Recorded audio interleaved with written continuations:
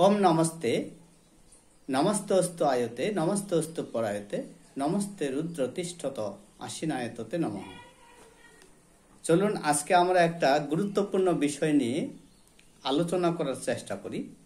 सेई गुरुत्वपूर्ण विषयटी हच्छे सनातन समाजेर वर्ण प्रथा।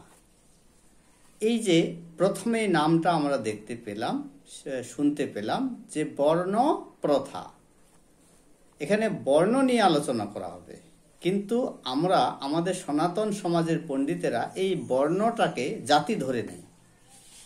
এইখানে সবচেয়ে বড় ভুল, গুরুচণ্ডালী ভুলটা এখানেই।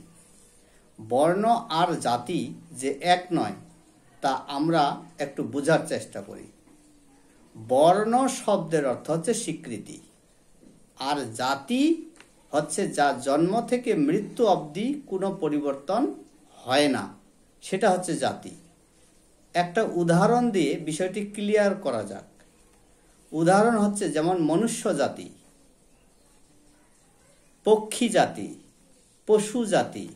এই যে মনুষ্য জাতি, পক্ষী জাতি এবং পশু জাতি, পশু কখনো মানুষ হতে পারে না, আর মানুষ কখনো পশু হতে পারে না, পশু কখনো পাখি হতে পারে না, মানুষ কখনো পক্ষী জাতি হতে পারে না। তাহলে আমরা জাতিটাকে কমপ্লিট বুঝলাম। আমাদের এই জাতি শব্দের অর্থজ্ঞান যদি আমরা হৃদয়ঙ্গম না করতে পারি, এই না করতে পারার কারণে বর্ণটাকে জাতির এখানে নিয়ে আসা হচ্ছে। আসলে এখন আসি, ব্রাহ্মণ, ক্ষত্রিয়, বৈশ্য এবং শূদ্র এই চারটি বর্ণ, এরা কি জন্মসূত্রে লাভ করে নাকি গুণ ও কর্ম অনুসারে লাভ করে, সেটা একটু আমরা শাস্ত্রের বিচারে আসতে চাই। তো প্রথমে, যেহেতু আমরা সনাতন সমাজের মানুষ, আমাদের প্রধান ধর্মগ্রন্থ বেদ, সেই বেদ থেকে আমরা বলি, বেদের 31 যজুর্বেদের 31 অধ্যায়ের 11 নম্বর মন্ত্রে বলা হয়েছে যে ব্রাহ্মণস্য মুখম আসিত বাহু রাজন্যকৃতঃ উরু তদ বস্য পদভ্যাম শূদ্র অজায়তে। উক্ত মন্ত্রটির অর্থ হচ্ছে ব্রাহ্মণ সমাজের মুখ স্বরূপ, অর্থাৎ এই মুখ দ্বারা আমরা সত্য জ্ঞানোপদেশ দান করি। এই মুখ দ্বারা শিক্ষকেরা শিক্ষার্থীদেরকে জ্ঞান দান করেন, এই মুখ দ্বারা গুরুরা সদুপদেশ দান করেন, এই মুখ দ্বারা পিতামাতা সন্তানদেরকে সুপথে চলার জন্য উপদেশ দান করেন। তাহলে মুখ সমাজের ব্রাহ্মণ স্বরূপ। ইহা ছাড়াও এই মুখে আমরা, এই মুখমণ্ডলেই আমরা কি পাই? জ্ঞানেন্দ্রিয়গুলো পাই, যেমন চক্ষু, কর্ণ, নাসিকা, ত্বক ও জিহ্বা। জ্ঞানেন্দ্রিয়গুলো আমরা এই মুখমণ্ডলেই প্রাপ্ত হই।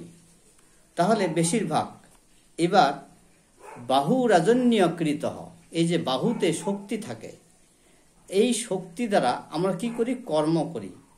ঠিক তেমনি এই বাহু হচ্ছে সমাজের ক্ষত্রিয় স্বরূপ। তারপর পেট হচ্ছে সমাজের বৈশ্য স্বরূপ, কারণ এই পেট মুখ দ্বারা অন্ন গ্রহণ করে পেটে সঞ্চিত হয়।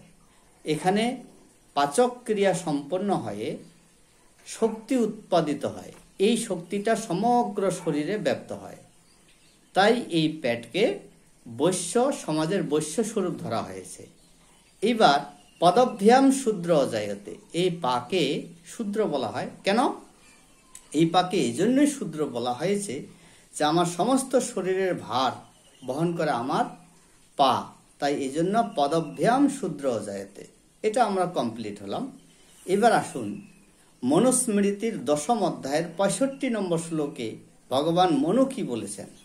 10ম অধ্যায়ের 65 নম্বর শ্লোকে ভগবান মনু বলেছেন যে, এই যে দেখুন 10ম অধ্যায়ের 65 নম্বর শ্লোক, আমি পড়ে জানাচ্ছি যে এখানে বলছে যে শূদ্র ব্রাহ্মণতম এতি ব্রাহ্মণশ্চ এতি শূদ্রতাম।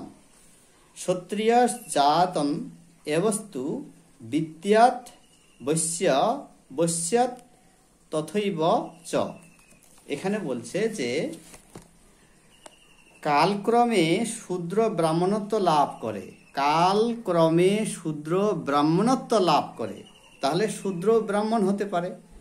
এইবার এবং ব্রাহ্মণ শূদ্রত্ব লাভ করে, তাহলে এই দুইটা কথাতে আমরা পাকাপাকি ক্লিয়ার হইলাম যে কালক্রমে শূদ্র ব্রাহ্মণত্ব লাভ করে, আবার ব্রাহ্মণ শূদ্রত্ব লাভ করে। আমরা এই দুইটা কথাতে আমরা কমপ্লিট হতে পারলাম। এবার চলুন ওই একই মনুস্মৃতির দ্বিতীয় অধ্যায়ের 59 নম্বর শ্লোকে কি বলেছেন ভগবান মনু। বলছেন যে ইয় অদিতি দ্বিজ বেদম অন্যত্র কুরুতে শ্রমম সজীবন্নেব শূদ্রত্বমাশু গচ্ছতি সান্বয়ঃ। এখানে বলছে যে ব্রাহ্মণাদি 3 বর্ণ, এখানে ব্রাহ্মণাদি 3 বর্ণ বেদোধ্যায়ন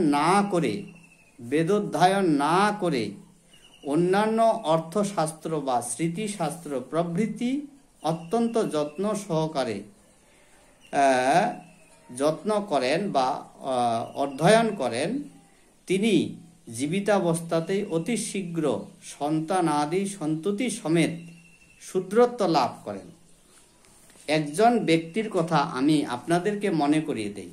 আমরা প্রায় আমাদের রায়ন চক্রবর্তীর বক্তব্য শুনি। উনি খুব ভালো একজন বক্তা, সংস্কৃত খুব ভালো পারেন, কিন্তু উনি প্রায় গর্ব করেন যে জন্মসূত্রে ব্রাহ্মণ হয়, কর্মসূত্রে নয়। উনি এটা প্রায় বলে থাকেন।